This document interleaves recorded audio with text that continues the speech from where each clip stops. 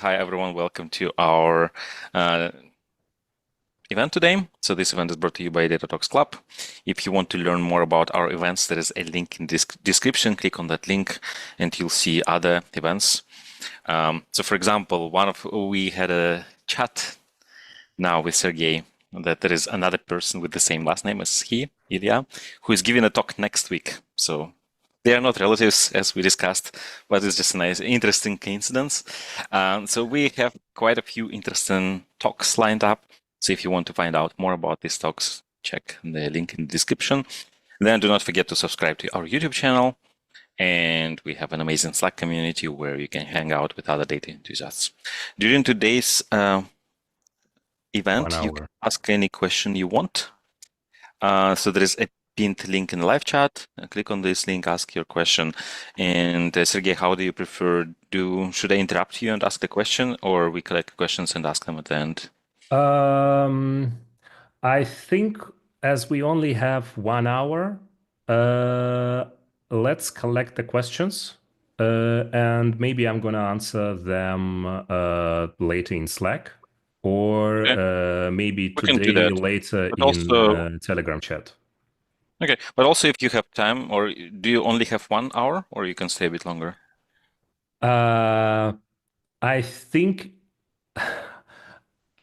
I have only 1 hour. Yeah. So so then let's enough with the small talk. Please, Sergei, the floor is yours. Let's start. Yeah. All right. Yeah, that's it. All right. Hello, everyone. Thanks for coming. Today, I would like to talk a little bit about the insights of big data technologies, the algorithms and the data structure which are powering our beloved databases and also data lakes. The purpose of this talk and the target audience. So the main purpose of this talk is actually to test if the theme we're going to discuss today is a useful theme to be included into next data engineering Zoom camp, and also to motivate and to inspire some aspiring data engineers to dig further and deeper, to study database internals, to seek for any materials in the internet. I hope I will be able to share a set of books later in the channel, which I can recommend for those who would be interested in looking into all of this further. And it's not only like this very well-known book with a like massive data applications. No, Hawk, right? Yes, with a hawk. Yes. Yeah. All right. So today I hope we're going to cover we're going to briefly touch 4 main themes. We're going to briefly touch 4 things. I'm going to talk a little bit about binary trees. What are those? What are main algorithms inside binary trees?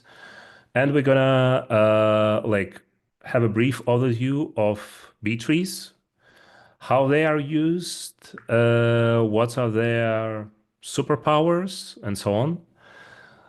Later, after B trees, we also going to mention and briefly and view a little bit through LSM trees, because with those 2 types of trees, you are actually covering, I guess, more than a half of database architectures, like modern database architectures. So we're gonna please follow the talk. So I would share with you which databases uses which kind of trees.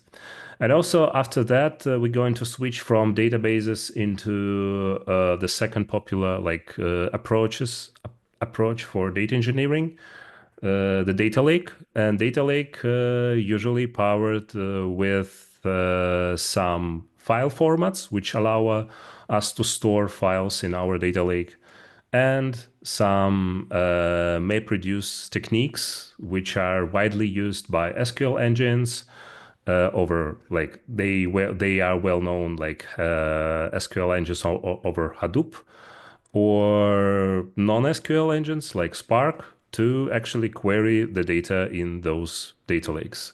So in the end of this talk, you're gonna have a brief sense of like internals for most of the technologies which are laying beneath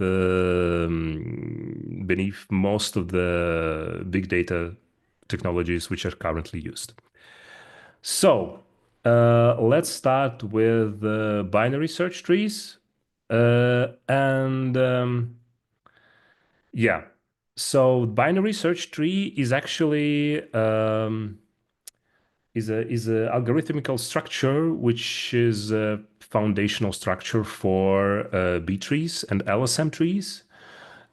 B tree is a widely used structure for well, for example, in PostgreSQL for indexes. And let's look at the binary search trees to understand maybe how it's built and how it affects the structure of B trees and LSM trees. So a binary search tree is a sorted in-memory data structure used for efficient key value lookups. Each node contains a key and an associated value and two child pointers, hence the binary tree. The tree begins with a single root node, as you can see on this slide. For example, on the image on the left, it's the node with a 5 as a value, and on the picture on the right, the key.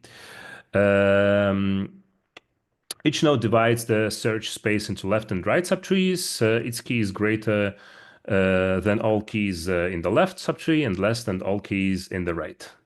Following left pointers from the root of the tree down to the leaf level of the leaf where nodes have no children locates the node holding the smallest key with the tree and the value associated with it.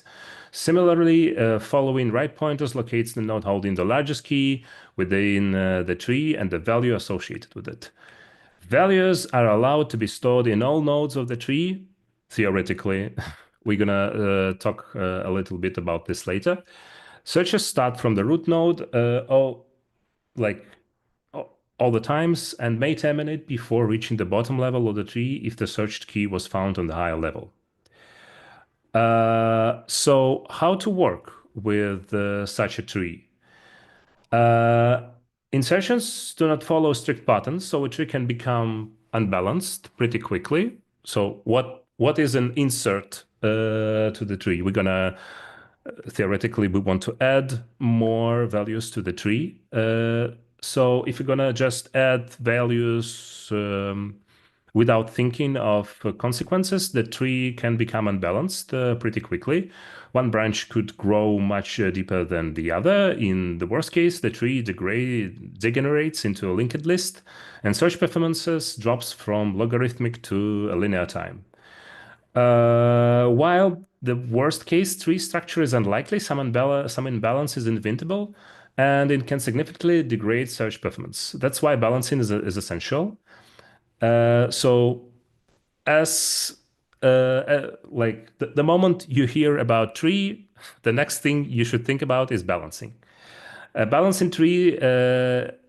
binary search tree has a height of logarithm of n, where n is the number of elements, and the height difference between left and right subtrees is at most 1.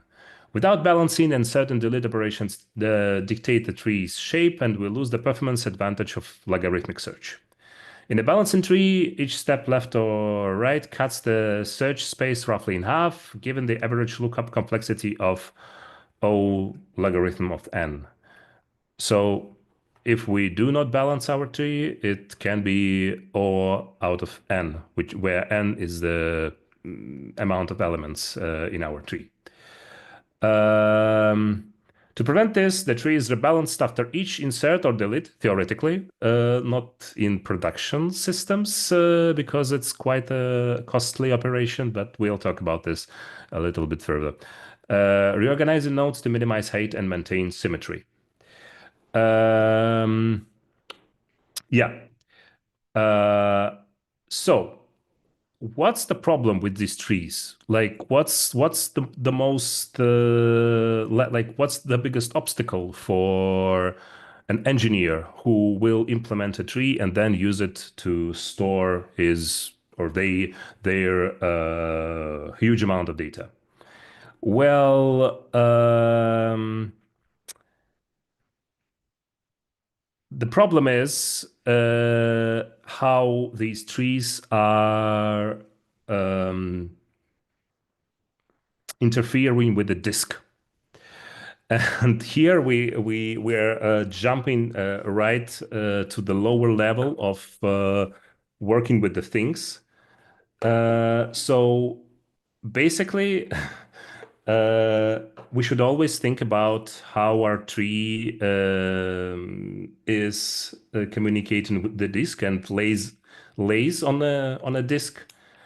And the problem was very big when mostly we used spinning disks because many traditional algorithms were designed with spinning disks in mind, shaping their structure around the limitation of that hardware.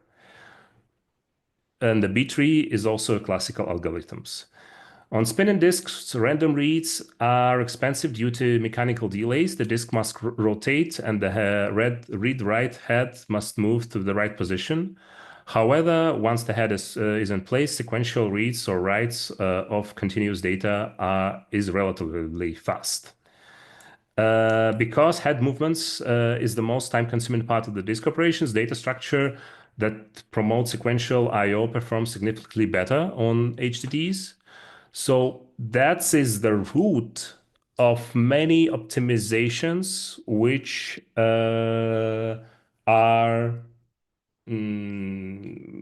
like were developed for binary trees, but it's not the case when we speak about solid state drives. Because unlike spinning disks, solid-state drives have no moving parts. They are built from memory cells grouped into strings, which are combined. Which are combined into arrays, pages, and blocks. Blocks are further organized into planes and planes into Ds. And SSD may contain multiple Ds. A cell can store one or more bits depending on the technology. Pages typically range up to 16 kilobytes. The smallest unit that can be read or written is a page, but data can only be written to empty cells. Since both hard drives and SSDs operate on memory chunks rather than individual BIOS operating system provide a block device abstraction. So beyond the raw cost of the disk access, the key constraints for efficient on disk structures that disk operations work at the block level. To access specific location, we must load the entire block it resides in, which give us an opportunity we can restructure our data layout to make better use of each block read. Pointers in on disk structure differs slightly from in-memory ones. Since disk data is often managed manually, we compute and manage offsets ourselves. So what was this block about, which where I talked about disk about? The problem with B trees is that it's actually any kind of algorithm we can think of involving binary trees would result in dozens of comparison. And if we do not provide any optimizational techniques for plain binary trees, we would quickly find ourselves in a situation when we are making too many disk operations. Thus, it's going to slow us down, even though the complexity of algorithm itself is better than a linked list. To address many of such problems, the first general optimization, which was done for binary search trees, is actually a thing which is widely used, commonly used, and well known is a B tree. So think of a B tree like a catalog room in a library. First, you pick up the right cabinet, then a shelf, then the drawer, and finally the card you're looking for. A B tree builds a similar hierarchy to help locate items quickly. Building on the foundation of a balanced search tree, B trees differ by having a higher fan out, more child nodes per parent, and a smaller height, which is an optimization needed to optimize disk reads and writes. In diagram, binary tree nodes are typically shown as the circles because each node holds a single key and splits the search range into two parts. For B trees, nodes are often drawn as rectangles with child pointers, thus shown explicitly to highlight how separator keys link to each node. In fact, we could depict binary trees the same way. Both structures rely on following pointers through keys to find such targets. The key difference is how they maintain balance. Picture highlights the similarity. In both binary search trees and the B trees, K partition the tree into subtrees, and the guide navigation is just you saw early on the picture. B trees are sorted as a binary search tree also. Keys within each node are stored in order, which this allows us to use the binary search inside nodes given B trees logarithmic lookup complexity. For example, finding a key among 4 billion of values or items requires about only 32 comparison. If each comparison required a disk-seek, lookup would be so slow. But because B-trees nodes store dozens or hundreds of keys, only one seek is needed per level. So, B-tree hierarchy. A B-tree is made up of nodes, each holding up to n keys and n plus 1 child pointers. Nodes are organized into 3 types: root node, internal node, and a leaf node.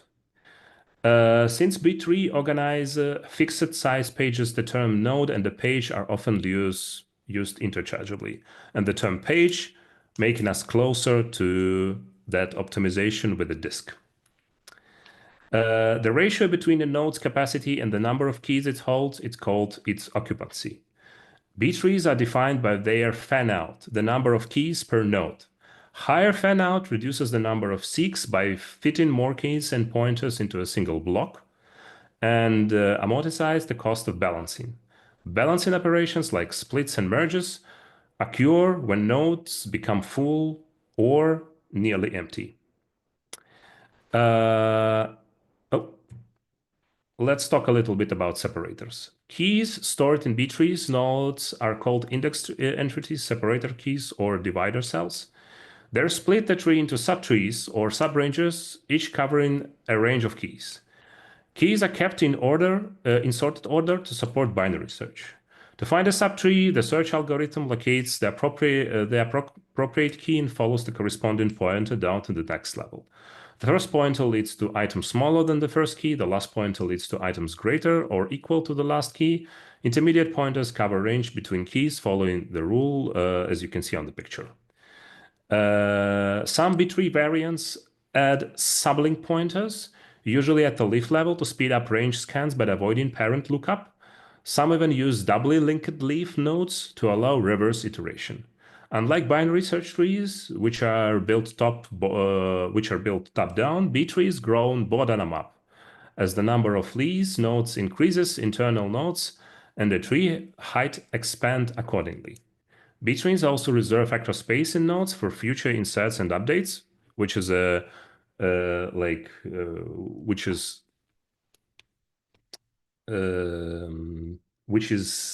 led because of the fact that B trees are made with thought in mind about disk optimizations.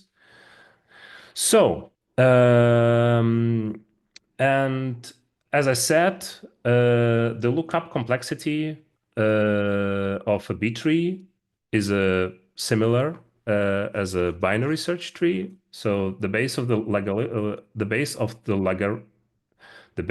logarithm is a node fanout n. Each child pointers followed reduces the search space by factor of n. Thus, finding a key requires at most log on the basis of n m blocks accesses, where m is the total number of items. Yeah.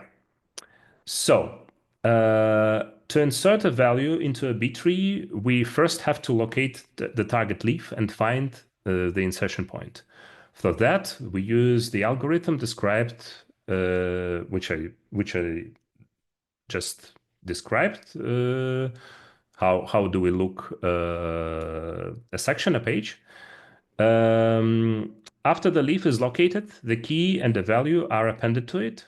Updates in B-tree works by locating a target leaf node using a lookup algorithm and associating a new value with an existing key. If the target node doesn't have enough room available, we say that the node is overflowed and has to be split into the fit the new data. More precisely, the node is split and the following condition hold. For leaf node, if the node can hold up to n key value pairs and inserting one more key value pairs bringing it over its maximum capacity n. And for non-leaf nodes, if the node can hold up to n plus 1 pointers and inserting one more pointer and brings it over its maximum capacity n plus 1. Splits are done by allocating the new node, transferring half the elements from the splitting node to it, and adding its first key and pointer to the parent node. In this case, we say that the key is promoted. The index at which the split is performed is called the split point. All elements after the split point are transferred to the newly created sublin node, and the rest of the elements remain in the splitting node. The algorithm is actually like displayed on a slide. Yeah, the picture, the slide showed a fully occupied leaf node during the insertion of a new element 11. Yeah. So to summarize, node splits are done in 4 steps: allocating the new node, copy half of the elements from the splitting node to the new one, place the new element into the corresponding node, and at the parent or a split node, add a separator key and a pointer to the new node. The second like foundational algorithm for B trees is actually merges. And merges are happening when we are deleting a key. Deletions are done by first locating the target leaf. When the leaf is located, the key and the value associated with it are removed. So as again on the slide, you can see what's happening when we are deleting a key. And Node merge. sorry, Yes, there is a yes. comment if you can use your mouse pointer to All highlight right. things that you're talking about. All right. Yeah, sure. Node merges are done in 3 steps, assuming the element is already removed. Copy all the elements from the right node to the left node. Remove the right node pointer from the parent, or demote it in the case of a non-leaf merge. Remove the right node. So in this slide, the picture I'm currently highlighting is a tree before merge, and the picture I'm currently highlighting is a tree after merge. And this is actually how the process would look like. If we're going to delete the element of number 10 here. If we like, so here are two subling non-leaf nodes that have to be merged during deletion of element 10. If we combine their elements, they fit into one node, so we can have one node instead of two. During the merge of non-leaf nodes, we have to pull the corresponding separator key from the parent. It's the key 11.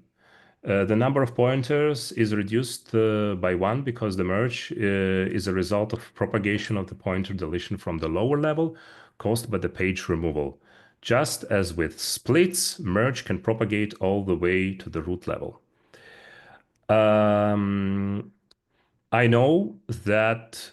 So basically, what I would like you to take out of this small section where I tried to, as briefly as possible, because we have only 1 hour, to describe binary search trees and B trees is actually 3 things. First things first, the tree is a pretty good at finding an element. A binary search tree. So logarithm on the power of 2 by n is a quite speedy comparing to plain linked list. Yeah.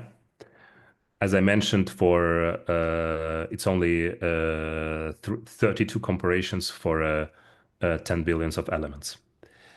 But in the same way, if we're gonna just implement the structure without thinking of underlying disks and so on, this would result actually in that would not help us at all because it would require too many disk searches.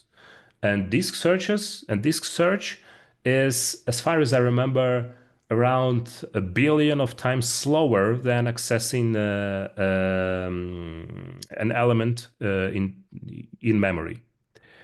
So because of that, many techniques, also B-tree itself, and many optimizational techniques for a B-tree are here only to make it happen with hardware limitations. So mathematically, everything is perfect, but we have some hardware limitations. And if you have struggled with explanations on how things are moving within this like foundational algorithms like splits and merges, I can surely recommend you to look.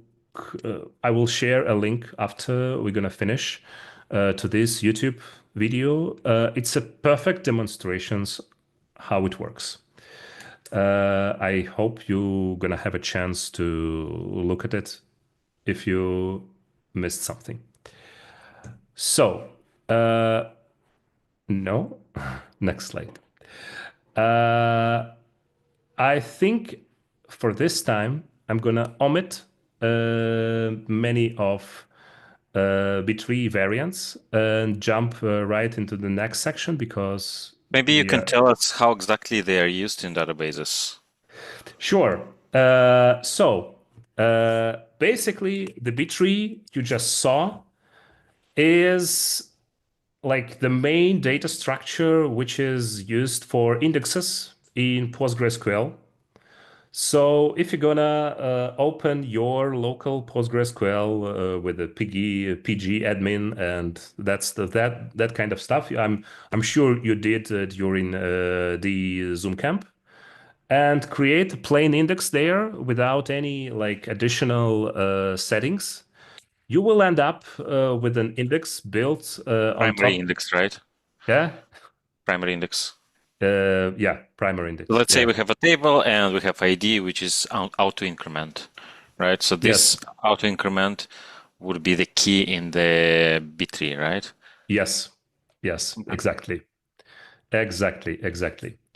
And and the actual values. So let's say we have a table, and in the table we have multiple fields.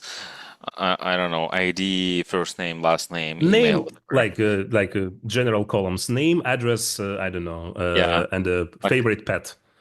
So we have both the key, which is like the ID, and the Mhm. data in each of the nodes of the tree, right?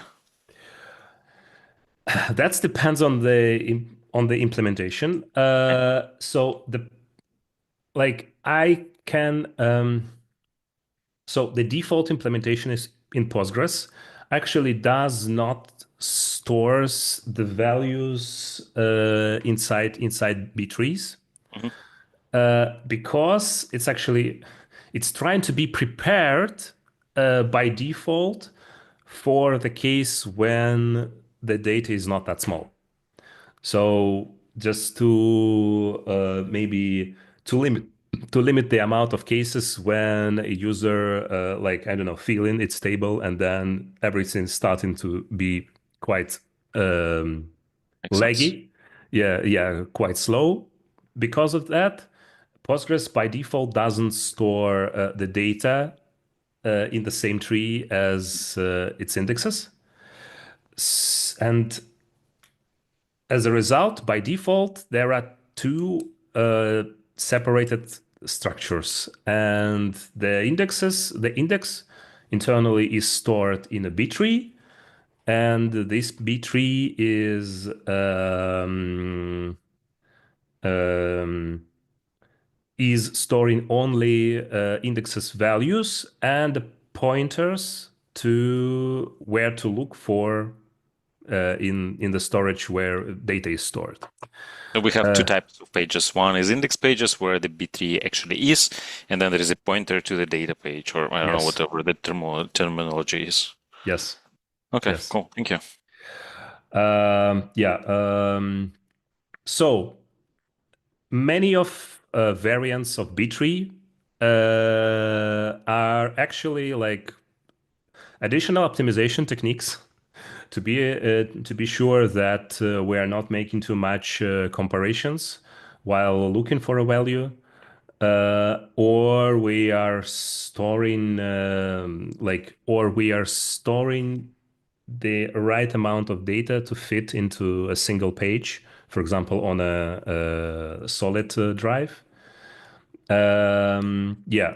Uh, let's just briefly. I'm going to explain the first one, the copy on write thing.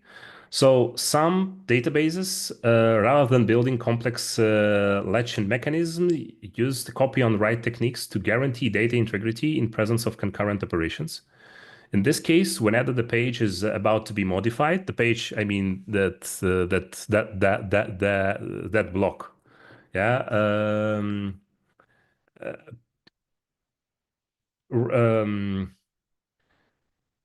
it contents are copied, and the copied page is modified instead of the original one, and the parallel tree hierarchy is created. All three versions remain accessible for readers that run concurrently to the writer, while writers accessing modified pages have to wait until preceding write operations are complete. After the new page hierarchy is created, the pointer to the topmost page is atomically updated. Yeah, so the thing is, the algorithm itself, I mean, the binary search tree, is pretty cool. It gives us many, like, as I already said, the complexity of a search is pretty good. Like, we can live with this. But as an engineer, we are meeting many limitations, not only hardware limitations, but also the fact that sometimes it's not only one reader and one writer to the same databases. And because of that, some of the techniques, like copy on write, is actually here to help us to build databases which actually can be used in production. For why I mentioned this copy on write technique, because this copy on write technique is like I know for sure that it is heavily used inside LMDB. LMDB is a small database, which is like an acronym for Lightning Memory Mapped Database, which is a key value store used by Open LDAP project. All right. We're a little bit tight on schedule.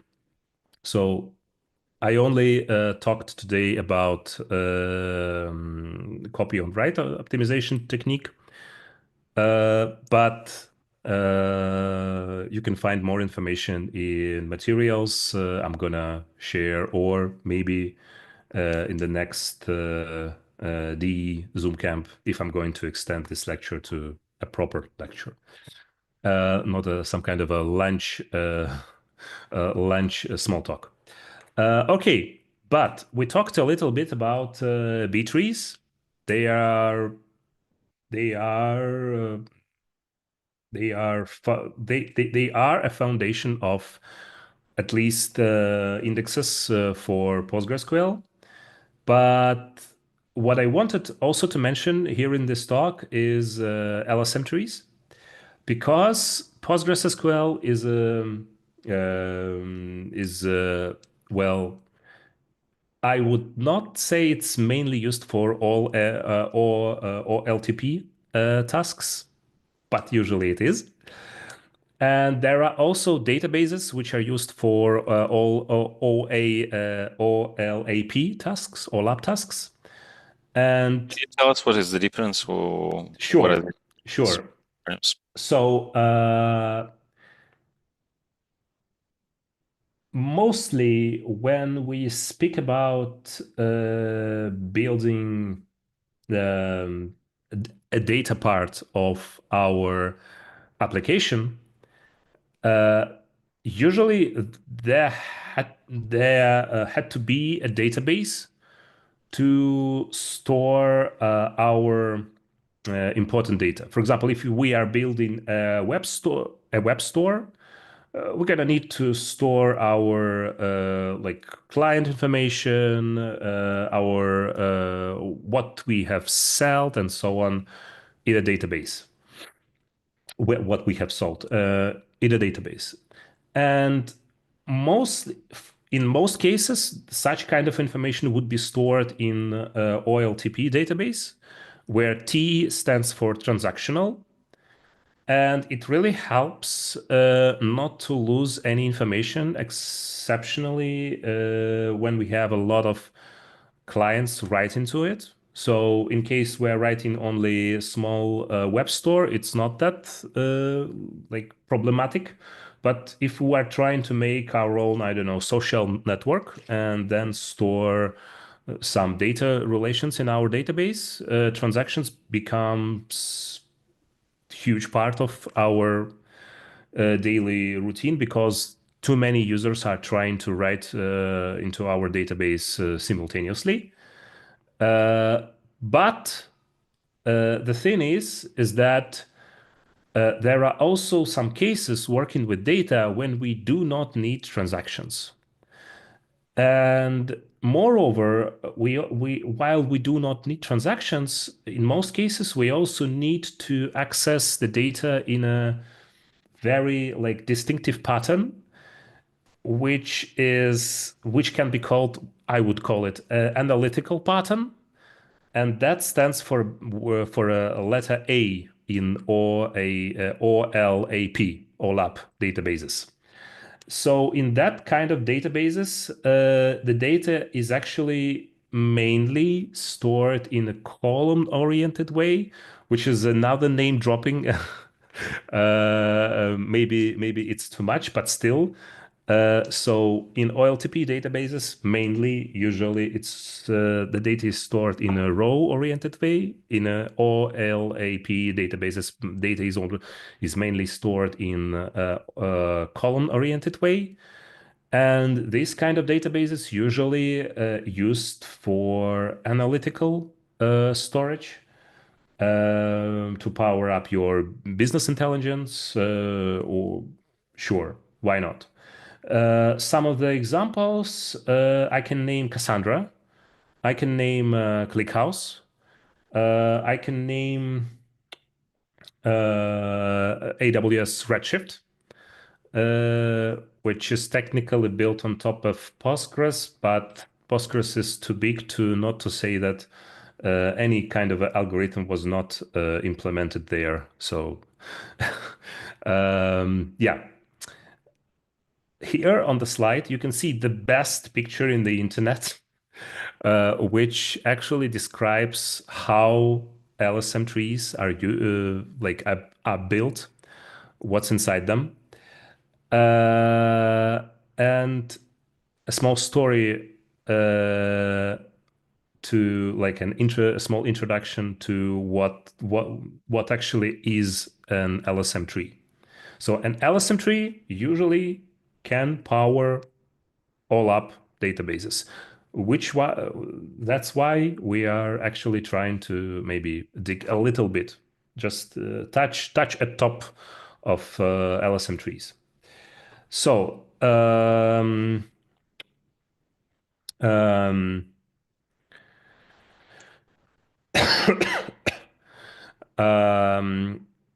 all right. Maybe I should also mention that why OLAP databases do not need transactions. What's the main difference here? It's not like when I say only analytics, it's not that like mathematical or engineerical. What's the engineering difference between the OLTP and OLAP databases? Well, the thing is, OLAP databases usually built with the conception of immutability in mind.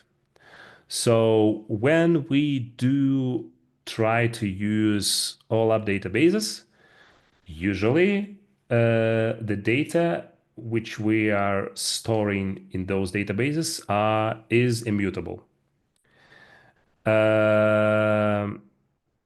And typically, B-trees is a typical example of a mutable structure, and log-structured merge trees as an example of immutable structure. Immutable LSM trees use append-only storage and merge reconciliation, and the B trees locate data records on disk and update pages at their original offsets in the file. So that's the main difference between B trees and LSM trees, and that's why B trees powering OLTP databases and LSM tree powering OLAP databases, and it all comes to the fact that when we are trying to build an analytics on top of a database, we do not usually make any modifications. So a user do not change his address or favorite pet name, but as we just pushed our data, like how many cells we had last month, and like until we will invent a time machine, we are pretty safe in using immutable data structures for storing our analytical data. All right.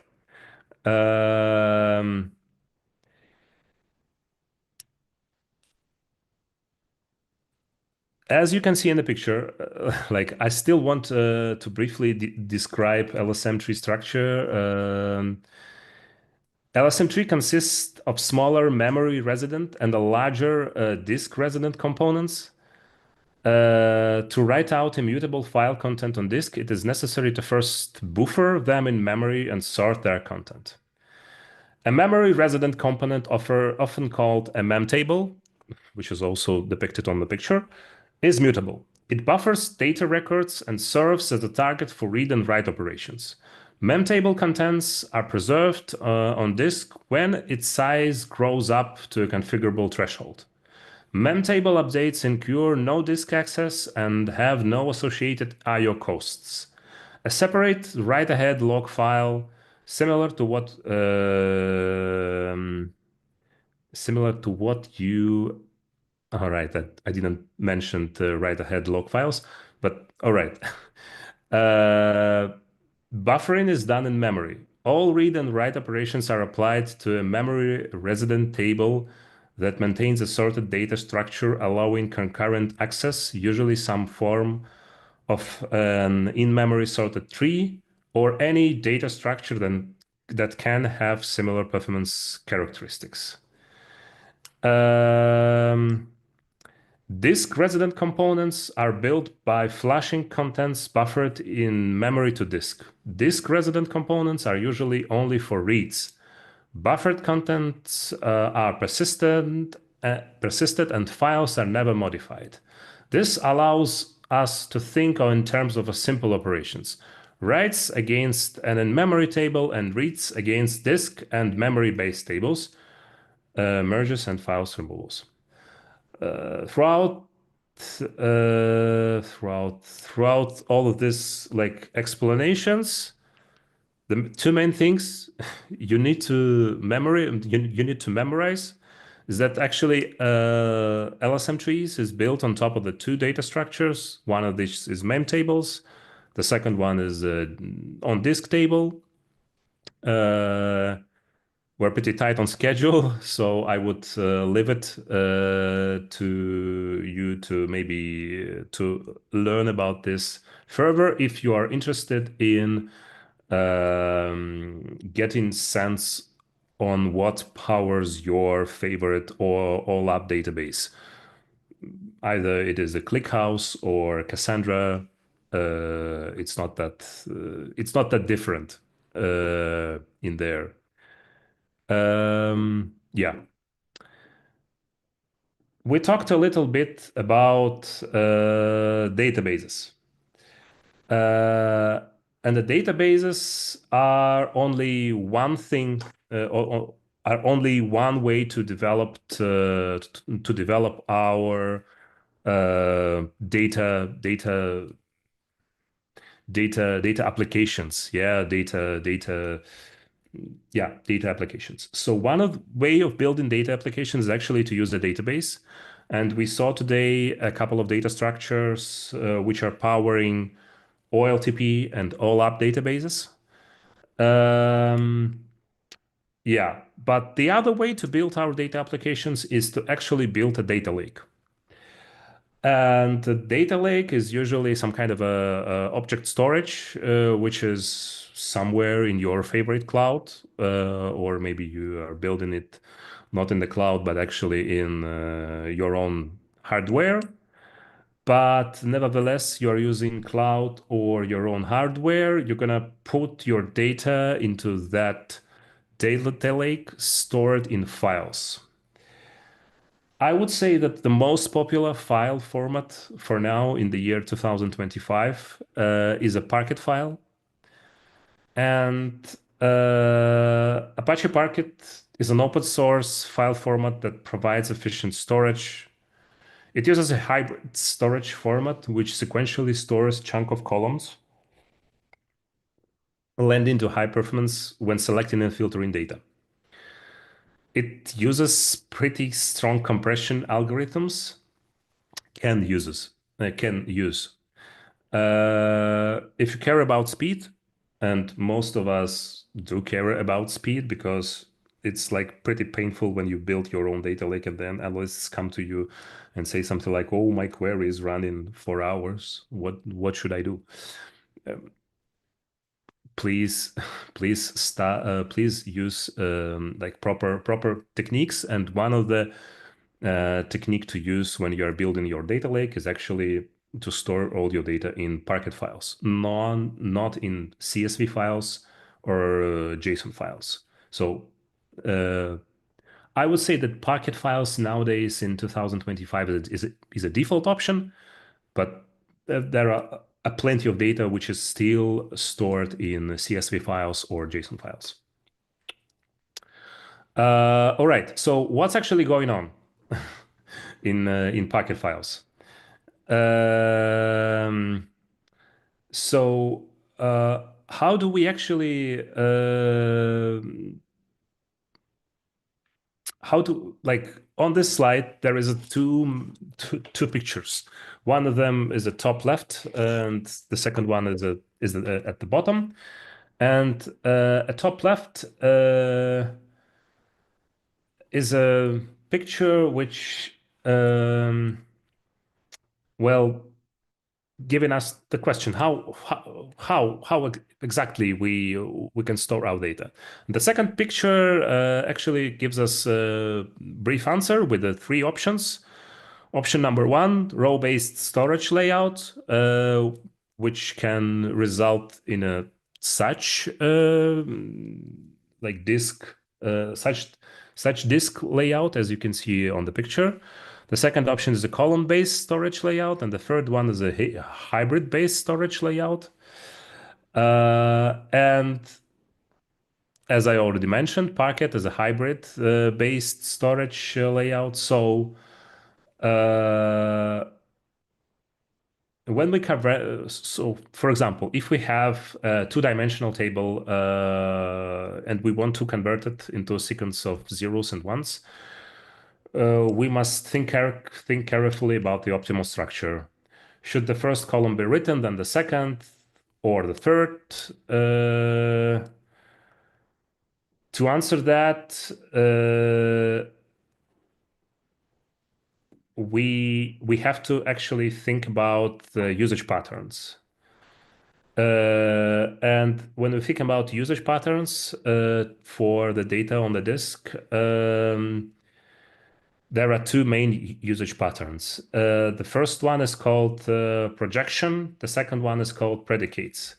Projection is the process of selecting columns. You can think of it as a select statement and SQL query. Projection is the best supported by a column-based layout. For instance, if we wanted to read the first column of the table using the column-based layout, we could just read the first n indices in our binary file, deserialize them, and present them to the user. But in the same time, there is a predicate. Predicates. Predicates is the criteria used to select rows. You can think of it as the where clause in an SQL query. Predicates are best supported by row-based storage. If we wanted all rows according to some criteria, such as, I don't know, age more than 20, we can just order our table by age, descending scan until our criteria is not satisfied, and return all rows above that invalid rows. In both of these scenarios, we are looking to traverse as little of the file as possible.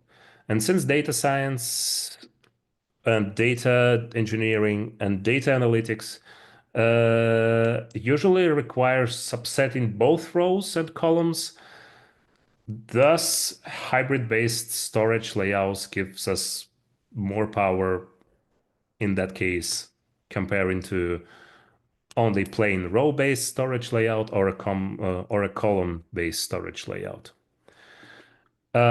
So Parquet is a hybrid model.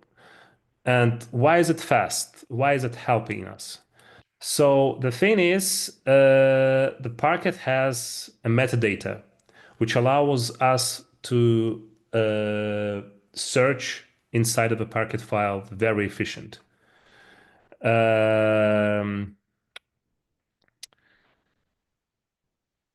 Yeah, so we do have a metadata inside the Parquet file, and if we and as a Parquet file as a hybrid file format, and we store group rows with the corresponding columns, and the metadata for them actually stores the maximum value and the minimum value.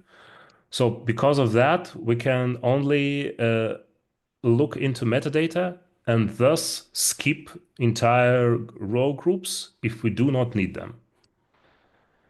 A little bit into like itself a file structure. Overall, Parquet follows the structure root, then Parquet files, then row groups, then columns, then data page. First, our file root is just a directory which holds everything. Inside the root, we have many individual Parquet files. I hope if you ever had a chance to build a data lake, you had this. So a directory and a lot of Parquet files, each containing a partition of our data. A single Parquet file is composed of many row groups, and a single row group contains many columns. Finally, within our columns are data pages, which actually hold the row data and some relevant metadata. So as you can see, what I just said is depicted on this picture.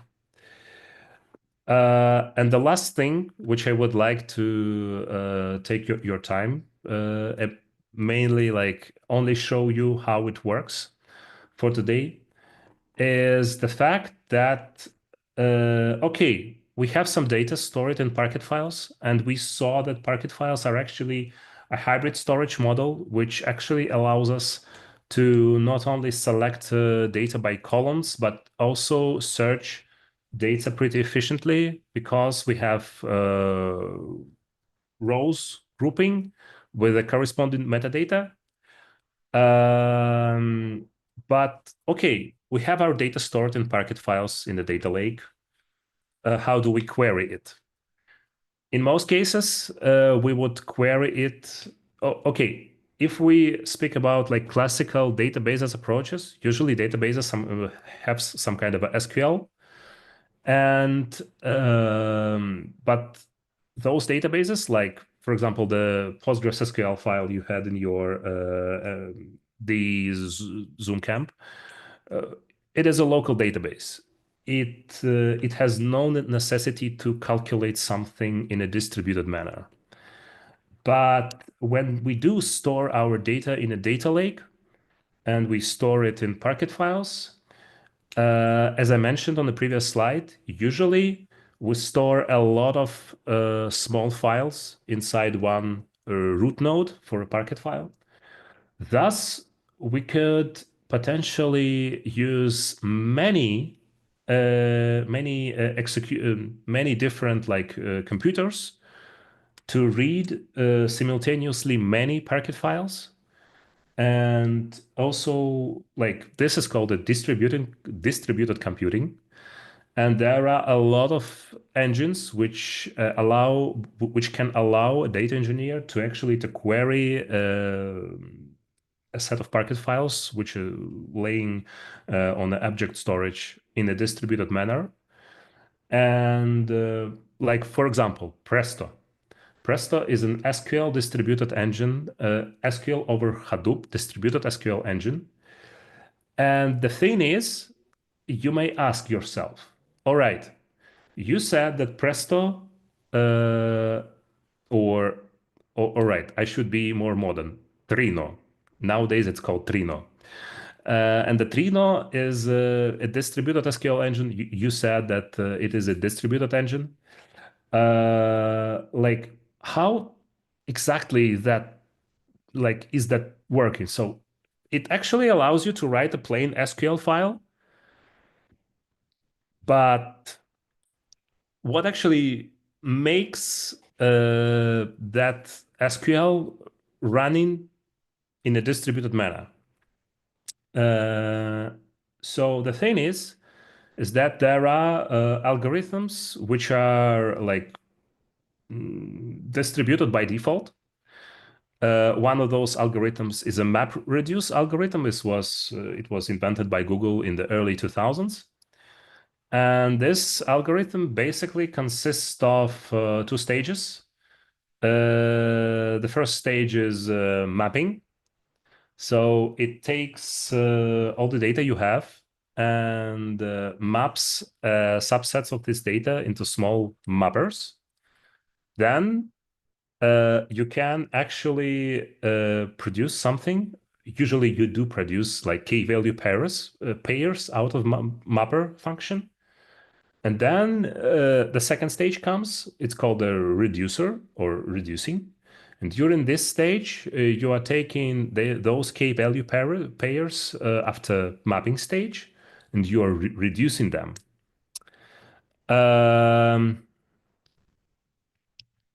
All right. So basically, what I want you to take out of this section is that almost each of the SQL primitives like select, where, join can be made with MapReduce. And that's actually how Trino or Presto works.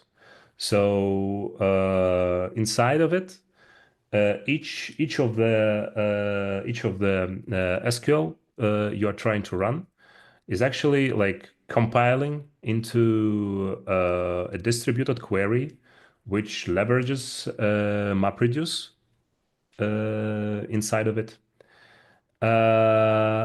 So on this slide, on this picture to the right, you can see how this would potentially work. On the most classical example for MapReduce is a word count. Yeah. So basically, what's gonna happen is that each mapper would take the portion of the text. Let's say it's gonna take this portion of the text from a single Parquet file we're gonna give to that particular mapper, and it's gonna create a list of maps or a map. Yeah. Where for each word this mapper gonna meet in the text, it's gonna create a pair of a word and a single one, a number one. And then when all the mappers would process all our Parquet files and create a collection of such a pairs, word and a one, reducers would come in place and they're gonna reduce. But the fact how they're gonna reduce that, they're gonna collect all the data by unique keys. So all the apples in this example gonna be on the same reducer. That actually makes all the system to shuffle its data, and that's where the shuffle comes in. If you ever heard about it, cool. Now you may know that it's actually inevitable in most cases. So all the keys with the same value gonna end up on a same reducer, and the only thing reducer gonna make is to actually sum up all the ones in these pairs, and as a result, we're gonna have a list of words, unique words with their corresponding count. So this was a pretty classical example of what actually can happen when we try to make an algorithm MapReduce like. And I can assure you that any other SQL algorithms can actually be made with MapReduce. So if we're gonna try to make a where equation through a MapReduce, it's gonna look like this. If we're actually gonna try to make a group by with MapReduce, there is also a plain implementation to that kind of problem. And also join is also can be implemented with MapReduce. So now what I would like you to take out of this part is that actually it's no magic in making your SQL query distributable. It's pretty hard because you still have to think about those hard things like CAP theorem and other stuff, but it's doable, and you actually can do that. You can run your SQL queries in a distributed manner. So you can make your data lake not only big, but also quite speedy, quite quick in answering the questions to it. So today, this was almost the last slide for today. But actually, this is the last slide. So what we talked about today? Today, we briefly touched a lot of stuff which lays beneath many popular data applications. We mainly separated the data applications into two groups: one of them is related to OLTP databases. The other one is mainly related to OLAP databases. And there was also a third part, data lakes. And now, after this small like lunch, small talk with a duration of one lunch, you know what actually to look for if you're inspired enough to learn about internals of OLTP or OLAP databases or a data lake. I'm going to share a list of literature after this lecture. You can continue your journey into digging in foundations of data engineering. If you think, if you if you took a part in data engineering Zoom camp and you find that such an information but extended would be useful, please give us a feedback so we could potentially, I don't know, add such an information into the course. And that was it. So my main purpose was to inspire you to dig further, and I hope I did that. Yeah, thanks a lot. So once you send us the links, we will put them in the description of this video, so you can just come Sure. back. I don't know, in one day, and you will find the description there. Maybe I know, Sergey, you need to run. Maybe I just want to recommend. We talked about the Hog book, the Yes. designing database.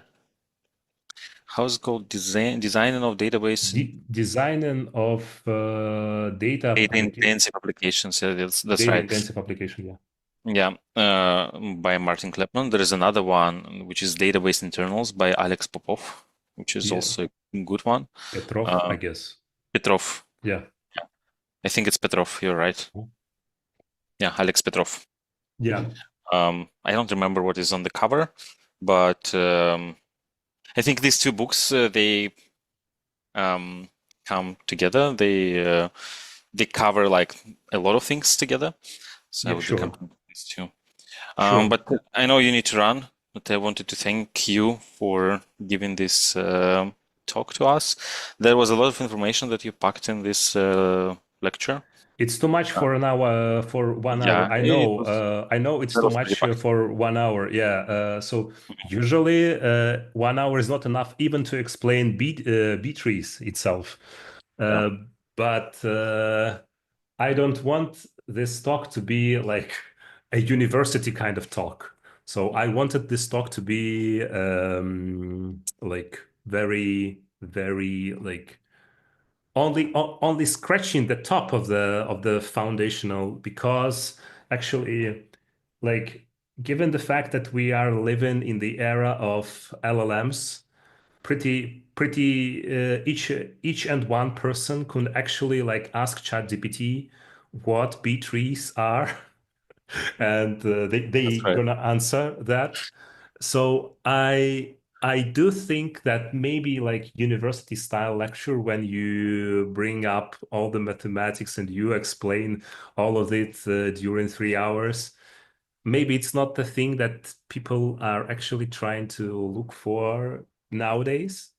And it's better maybe to give them more stuff to look for later, and to maybe to select, to, I don't know, to broaden their horizon, so they could potentially look up and dive deep into it Yeah, later. That's only if you can send us feedback. That's actually pretty interesting, because I would like to receive a feedback. Yeah, and that's it basically. yeah. For feedback, you can either, if you're subscribed to our Telegram channel, you can just reply and leave a comment there. You can also leave a Can you comment in please the share a video. link with me to the Telegram chat? Yeah, but I will also share all the feedback. And by the way, there is a comment from Jace that the cover for database internals is a green fish. I remember now it's a flat fish, fish that has both eyes on one side. Ah, Yeah, it kind of sits on the bottom of the lake or sea, whatever, covered in sand. So That's this is kind of metaphorical, to be honest, yeah. because Okay. Uh, yeah, yeah. So, or you can use our Slack and database course data engineering. There is a message from Automator. You can reply in the thread under this message with your feedback, and then I'll share it with Sergey. uh, ah, oh, all right. I already found everything. Yeah, cool. So yeah, all right, cool. So thanks, Scott. Yeah. Then thank you again. Yeah. Thanks everyone who joined us on Thanks for this joining. small talk. Yeah. Okay. Well, see you soon, everyone. Yeah. Bye. Bye.